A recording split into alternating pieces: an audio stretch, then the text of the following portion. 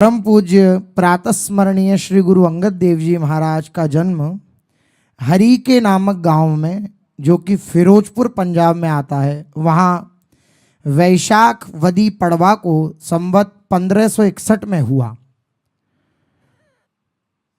श्री अंगद देव जी के पिता एक व्यापारी श्री फेरू जी थे। उनके पुत्र श्री अंगद देव जी महाराज, उनकी माताजी का नाम माता दया कौर जी था। बाबा नारायण दास त्रेहन उनके दादाजी थे, जिनका पैतृक निवास मत्तेदी सराय मुक्तसर के समीप में था। फेरू जी बाद में इसी स्थान पर आकर निवास करने लगे। गुरु अंगद देव जी सिखों के दूसरे गुरु पद पर विराजमान थे। गुरु अंगद देव जी में ऐसी आध्यात्मिक क्रियाशीलता थी जिससे पहले वे एक सच्चे सिख बने और फिर एक महान गुरु। श्री अंगद देव जी का पूर्व नाम लहना था। भाई लहना जी के ऊपर सनातन मत का प्रभाव था, जिसके कारण वे आदि शक्ति देवी दुर्गा जी की पूजा अर्चना करते थे। वो प्रतिवर्ष भक्तों के एक जत्थे का नेतृत्व कर ज्वालामुखी मंदिर जाया करते। 1520 में इनका विवाह माता खीवी जी से हुआ। इनसे इनके 2 पुत्र हुए, दासू जी एवं दातू जी, तथा 2 पुत्रियां हुई, अमरोजी एवं अनोखी जी। मुगल एवं बलूच लुटेरों जो कि बाबर के साथ आए थे, उन मुगल एवं बलूच लुटेरों की वजह से फेरू जी को अपना पैतृक गांव छोड़ना पड़ा। इसके पश्चात उनका परिवार तरन तारण के समीप अमृतसर से लगभग 25 किलोमीटर दूरी स्थित खडूर साहिब नामक गांव में बस गया, जो कि व्यास नदी के किनारे स्थित था। एक बार भाई लहना जी ने भाई जोधा जी, जो कि सदगुरु श्री नानक साहब जी के अनुयायी सिख थे, उन श्री जोधा जी से श्री गुरु नानक साहब जी के शब्द सुने। शब्द में कहे गए गुरुमत के सिद्धांत से वे बड़े प्रभावित हुए। लहना जी ने निर्णय लिया कि वे सदगुरु नानक साहब जी के दर्शन करने के लिए करतारपुर जाएंगे। उनकी सदगुरु नानक साहब जी से पहली भेंट ने उनके जीवन में क्रांति ला दी।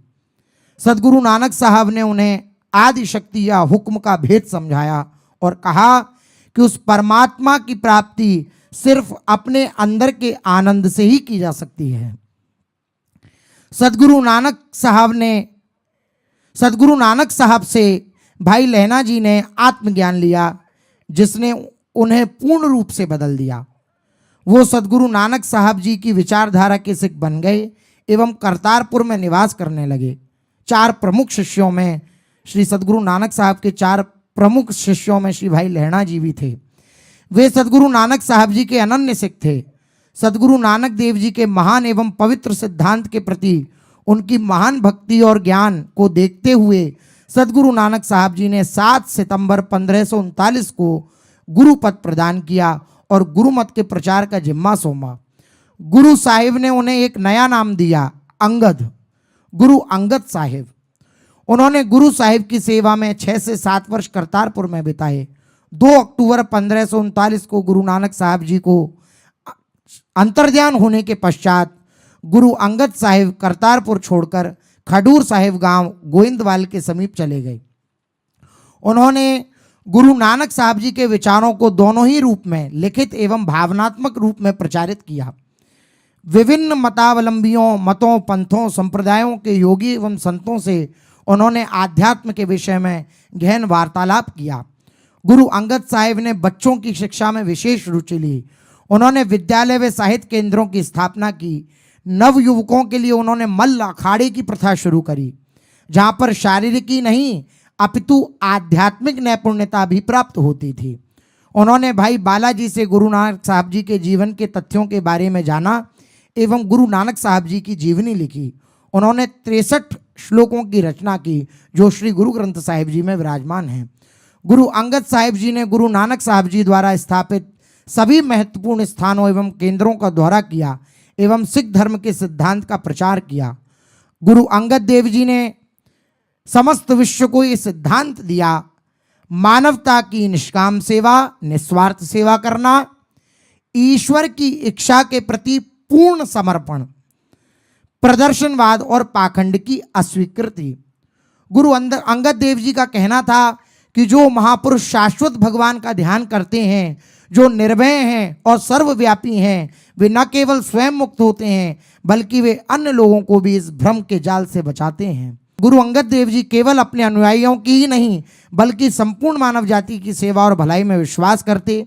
उन्होंने अनुष्ठानों और औपचारिकताओं के पालन की बजाय चरित्र निर्माण पर जोर दिया। गुरु अंगद देव जी ने अपने सिखों को आत्मज्ञान प्राप्त करने के लिए जो मार्ग बताया वह सेवा और अच्छे कार्यों और एक ईश्वर की भक्ति और पूजा के माध्यम से था। उन्होंने अपने अनुयायियों से प्रार्थना करके उनकी स्तुति गाकर बड़ी विनम्रता से सब अनुयायियों के हृदय में सेवा की भावना विकसित करी और हर समय प्रभु की इच्छा के प्रति समर्पण करके ईश्वरीय कृपा प्राप्त करने के लिए कहा। सेवा निस्वार्थ भाव से करनी होगी। गुरु अंगद साहिब ने गुरु नानक साहब जी द्वारा स्थापित परंपरा के अनुरूप अपने अंतर्ध्यान होने से पूर्व श्री अमरदास साहिब को गुरु पद प्रदान किया। उन्होंने गुरुमत विचार गुरु शब्द रचनाओं को गुरु अमरदास साहिब जी को सौंप दिया। 48 वर्ष की आयु में 8 अप्रैल 1552 को वे अंतर्ध्यान हो गए।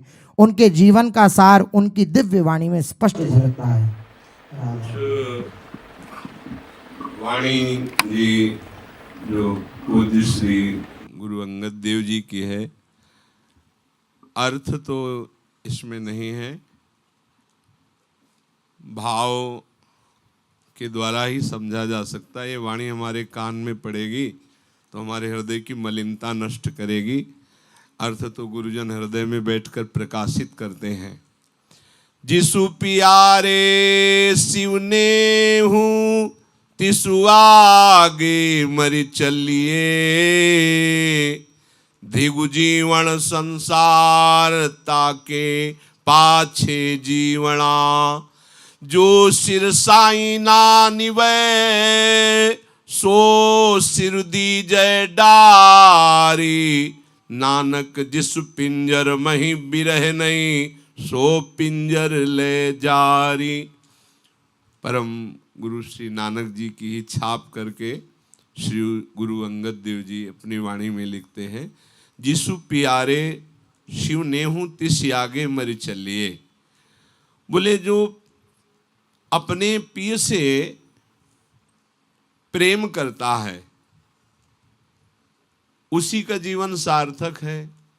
जो प्रियतम ईश्वर है, परमेश्वर है, उससे प्रेम नहीं करता है तो उसका जीवन मरा हुआ व्यर्थ जीवन है।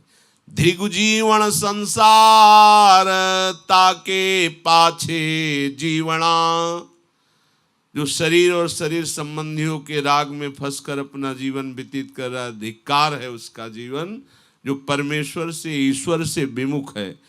जो सिर साई ना निवै सो सिर दीजय डारी, वो सर किस काम का जो स्वामी के आगे झुके ना, वो व्यर्थ सिर है। नानक जिस पिंजर माही बिरह नहीं सो पिंजर ले जारी, जिस हृदय में ईश्वर की प्राप्ति का विरह नहीं जागृत हुआ, मिलन की इच्छा नहीं जागृत हुई, वो जीवन व्यर्थ जीवन है। नानक चिंता मति करहु चिंतातीत ही होई, जल मही जंतु पाई अनु तिना भी रोजी दे। श्री गुरु अंगद देव जी कहते हैं कि नानक साहब ने कहा है कि अरे जीव तू चिंता मत कर, तू व्यर्थ में चिंता करके जल रहा है। अरे जल में भी जो जंतु हैं भगवान उनको भी आहार देता है, तू चिंता क्यों कर रहा है। नानक चिंता मत करहु चिंतातीत ही होय, जल मही जंतु पाई अनु तिना भी रोजी दे।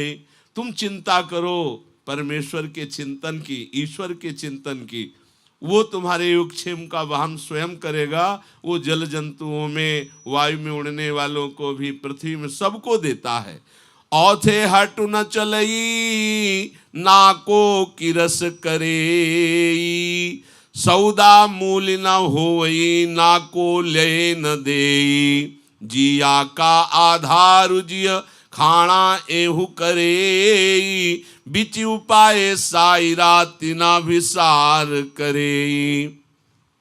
सच्चा सौदा क्या है? भगवत स्मरण, संत सेवा। अगर तुम्हारे देह के द्वारा ये ना हुआ तो सब जीवों का जीव आहार हो रहे हैं। ये अपने अपने अधिकारानुसार उदर भरने के लिए सब जीव का ही आहार है, पर जिसके लिए जो नियत आहार है वही उत्तम है। जो उस नियत आहार के अलावा वो उसका अपराध है, उसके लिए पाप है। इसलिए ईश्वर का चिंतन करते हुए, अपने नियत आहार को पाते हुए, नानक चिंता मत करहु चिंता तिस ही होई। तो और चिंता न करके केवल अपने इष्ट की चिंता कर, उसका चिंतन कर। साहिब अंधा जो किया करे सुजा खा होई। जेहा जाने ते ही बरते जे सो आखे कोई। जिस साहब ने अंधा बनाया है वही साहब नेत्र भी प्रकाशित कर सकता है। इसलिए उसी साहब का आश्रय लो। तुम्हें माया में अंधा बना दिया, वही तुम्हें ज्ञानवान बनाएगा। अंधे का सहारा मत लो। जेहा जाने ते ही बरते जैसो आंखे कोई। जिसकी जैसी दृष्टि होती है वैसा देखता है। जो मायांध पुरुष है, पाखंड है, उसका अगर आश्रय लोगे तो अंधे ही बने रहोगे, ज्ञान नहीं प्राप्त होगा। जिये सुबसतु न जा पैया पे बरतौ जानी। नानक गाहुक क्यों लय सके न वस्तु पछाणी। जो ईश्वर का जप नहीं करता, ईश्वर का चिंतन नहीं करता, सांसारिक वस्तुओं का संग्रह परिग्रह करने में लगा हुआ है, ऐसे का आश्रय लेकर मानो अंधे के पीछे अंधा चले तो उसे मार्ग नहीं मिलता है। इसलिए वस्तु को वो पिछान नहीं पाएगा। सो क्यों अंधा किए जी हुकुम महु अंधा होई। नानक हुकुम न बूझई अंधा कहिए सोई। जो गुरु वाणी जी के अनुसार ना चले वही अंधा, जो गुरु आज्ञा का पालन न करे वही अंधा।